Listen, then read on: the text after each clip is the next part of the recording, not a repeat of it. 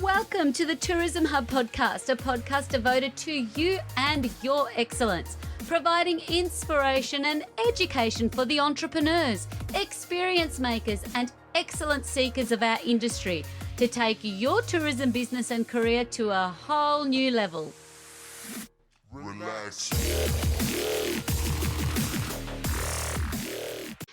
Relax.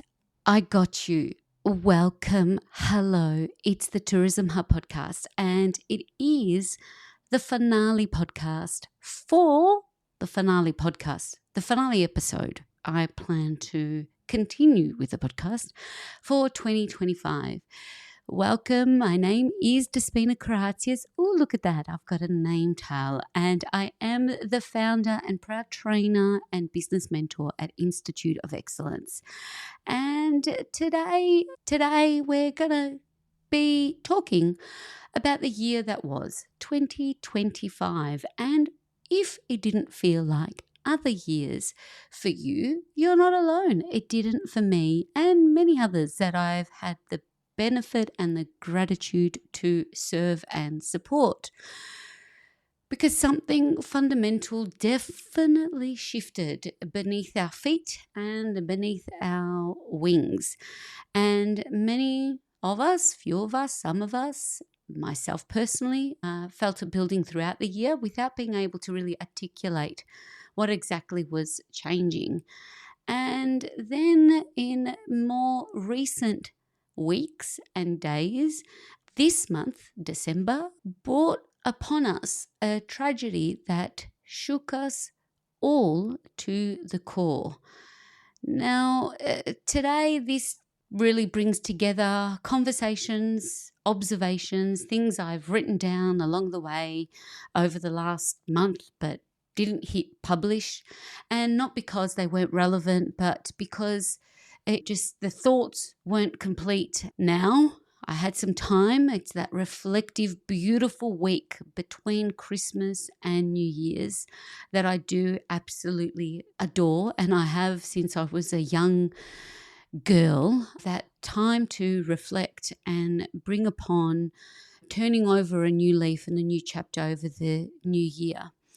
And that's really what I wanted to take the time to really just navigate and share the story of what 2025 actually revealed about our businesses, our strategies, our industry, both the gradual changes and just what the sudden crisis did to us, and reminded us really what truly matters above all in our beings and in our doings.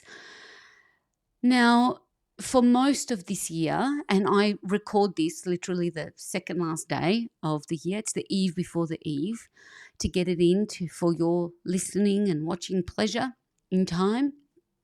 For most of 2025, the disruption to our industry really built slowly rather than arriving all at once. Something was fundamentally shifting for us. The way people discovered, decided, and trusted experience making and experiential businesses like ours, that all fundamentally changed. Search became answers, not browsing. AI has quietly stepped in between us and our visitors, our guests, our customers. And doing all the right things no longer really guarantees any level of visibility. We felt it. Fewer inquiries, slower momentum, marketing that felt more labor intensive than what it used to. And that doesn't mean we failed. It means the environment has changed and we will continue to catch up. If we were to try and name or articulate what actually shifted, if we be more direct, AI moved from background technology of, oh, this is a shiny, fun thing, to really an active intermediary. not just because ChatGPT's become a household name. That's a symptom of the shift, not the cause of it. The real change is that for the first time, potential visitors could get detailed, personalized travel advice without talking to us. We see search engines now starting to answer questions instead of listing websites, and doing all the right marketing things no longer really guarantees us visibility or a natural, clean, clear pathway to bookability. Now, that's not a technical problem to solve. It's a business environment to understand and for all of us to navigate. And that's why, really, that's the premise of why I've been doing this for almost a decade. Learning, sharing as we evolve and we change and we adapt. We've talked a lot this year about zero-click search and AI, but stripping that back, what it really revealed is that people now are making decisions faster, with less patience and higher expectations. Now, if we look at the data, let's look at something more recent from SparkToro. It's showing that over 60% of Google searches now end without a click to any website. Now, for tourism searches specifically, say things to do in Melbourne, best time to visit Tasmania, that number approaches 70%. You think about that, 70, and this is just the beginning. So if we really take stock of what that means, it's that 7 out of 10 people searching for tourism and destination information never visit a tourism business website. The AI is simply answering the questions and they move on. If our businesses aren't easy to understand by humans or machines, that is something that is telling us that if our value isn't clear, if trust isn't visible before a conversation even starts, then both people and platforms simply are moving on, not out of judgment, but out of efficiency and impatience.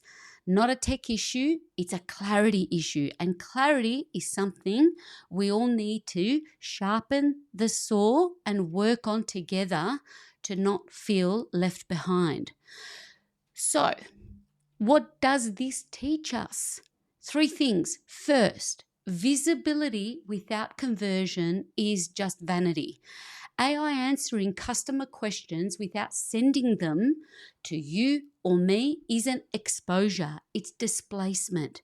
Getting feature in ChatGPT results or Google AI's overview might feel like visibility, but if it doesn't lead to bookings and if we don't know what's leading bookings to us, it's just algorithmic flattery. Number 2 and second is that clarity became the new creativity. Businesses that are thriving weren't necessarily the most innovative. They were the most understandable. When AI is summarizing your business for potential visitors, complexity becomes a liability. Simple, clear value propositions win every single time. And thirdly, strategic patience beat tactical hustle. Operators who are maintaining consistent quality presence are outperforming those who are chasing every new platform or trend. According to Adobe's 2025 Digital Trends Report, businesses focusing on strategic clarity over tactical volume saw 3x higher customer retention rates. The lesson, or what I take away from data like this, is that depth always beats breadth. What do I mean by this? What I mean is that it's better to show up consistently and meaningfully on 2 platforms than sporadically across 10, and try be everything to everyone. It's better to serve one customer segment exceptionally well than to dilute your message trying to appeal to everyone. It's better to master your Google business profile than to chase the latest social media trend that you don't have any time to maintain in your busy schedule. Overall, depth means commitment. Breadth means distraction disguised as an opportunity. Now, 2025 also reminded us brutally that tourism doesn't operate in isolation from the world around us. December 14th, 2 weeks ago, almost to the day, Australia experienced the unthinkable. 15 innocent lives taken from their loved ones at Bondi Beach during a Hanukkah celebrations. Families gathering for a community event that should have been filled with joy and light. This impacted every Australian and the global community. It particularly struck at the heart of what our industry represents: public spaces as places of safety, celebration, and community. Bondi Beach, one of Australia's most iconic locations, a place synonymous with safety, summer, celebration, health, joy. I know for me, like before visiting Bondi, it's a bucket list destination. What happened there reminds us that tourism businesses operate within communities, not separate from them, and how we respond when our communities experience grief, crisis, uncertainty, in this case, sheer tragedy, matters in ways that extend far beyond any type of crisis communication strategies. Just days before the Bondi attack, I attended my childhood hero and mentor, Oprah Winfrey's live event in Melbourne. Now, that was another conversation I wanted to have, but nothing was appropriate after what happened at Bondi. So I'll save unpacking that experience for another time, if ever. But what I will share is something that I have heard Oprah say many times over the years, and it's something that she learned about what matters most to every human being, particularly after a lifetime of interviewing and meeting hundreds of people throughout her career. She spoke about 3 fundamental questions that every person is asking in every interaction. Do you see me? Do you hear me? And does what I say matter? There is no lesson or takeaway or aha moment to extract from what happened at Bondi. No business takeaway, no silver lining at all. 15 innocent lives will not see the new year. Families are forever changed. Communities forever changed. We are forever changed. We are grieving, and all we can offer is our condolences and prayers to the loved ones left behind.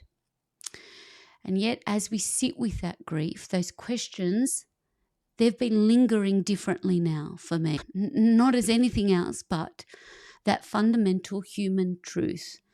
What I've been thinking about since that day is that as a community, as leaders in our industry, how do we show those grieving, suffering, in pain around us that we see them, that we hear them, and that they matter their lives matter, their voices matter, that their work matters. It's not about having the right words, it's about being present enough to witness grief and suffering, and in particularly this moment, without rushing past it. Those three critical questions are also relevant in many other experiences, in our interactions, in our relationships, and our customer and visitor experiences. More of the work that I really want to do more of is to help businesses be more intentional with service, with making sure visitors to our destinations are seeing, heard, and making sure that their decision to visit us, join us, sleep, fly, boat, cruise with us matters, because when delivering experiences and delivering memories and transformation, when creating something that actually sticks, the same questions apply. Does your visitor, your guest, your customer feel that they are being seen, feel that they are being heard? Does what they say, and more importantly, how they feel once they stay or experience your product, matter once they have joined you? And while they become more urgent in times of crisis, the truth is that they're always there. Your customers are asking these questions in every interaction with your business and with you. I'm speaking to every one of you as a leader in this wonderful industry of ours. In your interactions over the phone, over the email, and booking process, in your follow-ups, how you handle complaints, if whether you acknowledge changed circumstances, even in your silence or your response when difficult things happened. And for all the gains that AI can bring, we have had a painful reminder through this tragic event that AI hasn't removed our human responsibility in this industry. If anything, it's made genuine human presence more essential. The fundamental difference between a transaction and trust, between efficiency and deep empathy. Because automation and AI can handle the transactions, but it can't handle grief and pain, and it can't read the room, and it can't know when to pause, when to acknowledge, when to simply witness what's happening around us. That's on us. And leadership right now doesn't require perfect answers. It requires presence, showing up even when it's uncomfortable. It requires some wisdom, knowing when to listen rather than to shout and promote, knowing what bravery is and taking action when it matters, even if it's scary and even if it's hard. And it requires perspective, remembering that community matters more than commerce. And tourism, and why we all love it, and why we all work in it, and why we all advocate that we have the best industry and the best jobs and the best opportunities, is that it's always been about care, connection, and a sense of belonging. So the businesses that remember this, especially when it's hardest, will be the ones customers will always remember and speak about and return to. So look, I'm not going to attempt to wrap this up with any type of gentle permission giving about rest and self-care. You already know that you're tired. I already know that you're tired. I know, and I already know, that I'm tired. But what you might not know is whether you're tired from doing things that actually mattered, or tired from running in circles trying to keep up with what everyone else said you should be doing. So here's what I'm asking of you to do before the new year or before your return, or after the new year, after January. Do it in March. Do it when you feel the need for fresh energy and new plans for your business and your career and your trajectory. Where are you at? It's time to take stock and take inventory. Not of what you posted, not of how many platforms you were on, not of how busy you looked. Ask yourself some questions and be honest to yourself about the answers. What actually drove your results this year? Not what you think you should have worked on. What demonstrably worked for your business, bookings, revenue, referrals, for your job, for your career, opportunities, recognition, some advancement maybe? Write it down. This is a beautiful time to do that. What consumed time without producing any results? The platforms you felt obligated to maintain? What consumed you and didn't produce any results for you? The trends you chased? The strategies that looked good on paper but did nothing for your business or for your career for that matter? And where possibly did you mistake activity for progress? Being on all the social media platforms isn't progress if we're not converting.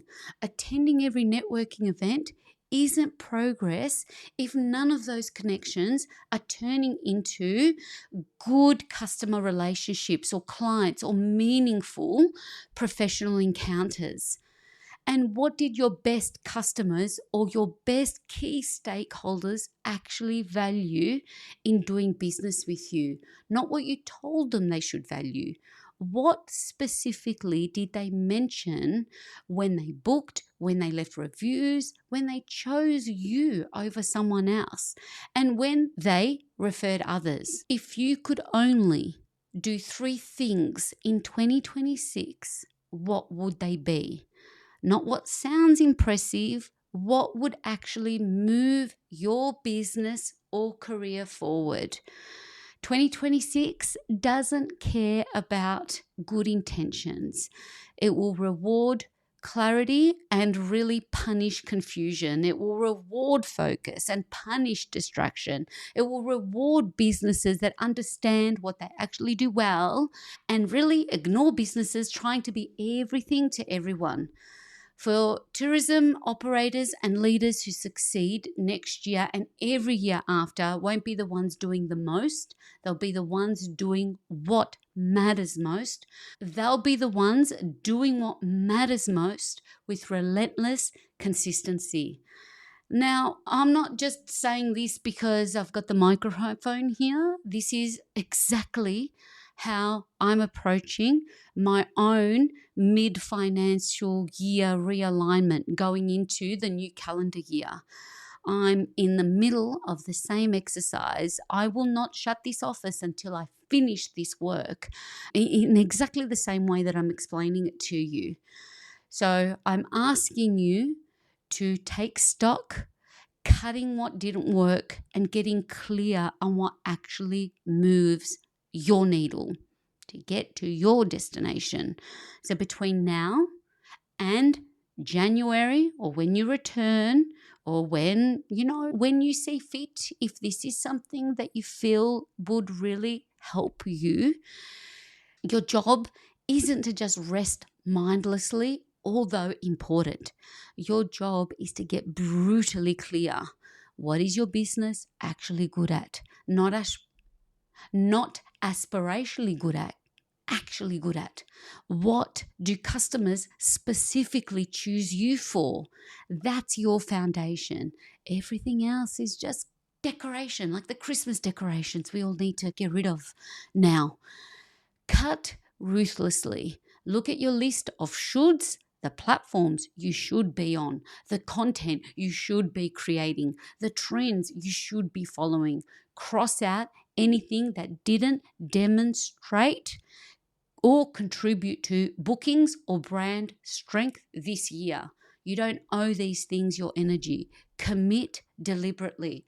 choose your 3 focus areas for 2026. Not 10, 3.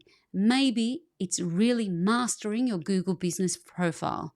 Maybe it's finally implementing that email automation you've been putting off. Speaking from a friend, these are the things yours truly is really putting I've cleared the schedule for a whole day to work on this. Maybe it's creating one exceptional customer touch point that differentiates you completely from the rest of the Red Sea into your blue ocean. Whatever it is, commit to depth over breadth. Remember, it's better to be exceptional at a few things than mediocre, etsy at 30 things. It's better to own one platform completely than to have a weak presence everywhere. It's better to serve one customer segment brilliantly than to confuse everyone with a scattered message. Strategic patience beats tactical hustle, but patience without strategy is just procrastination with better branding.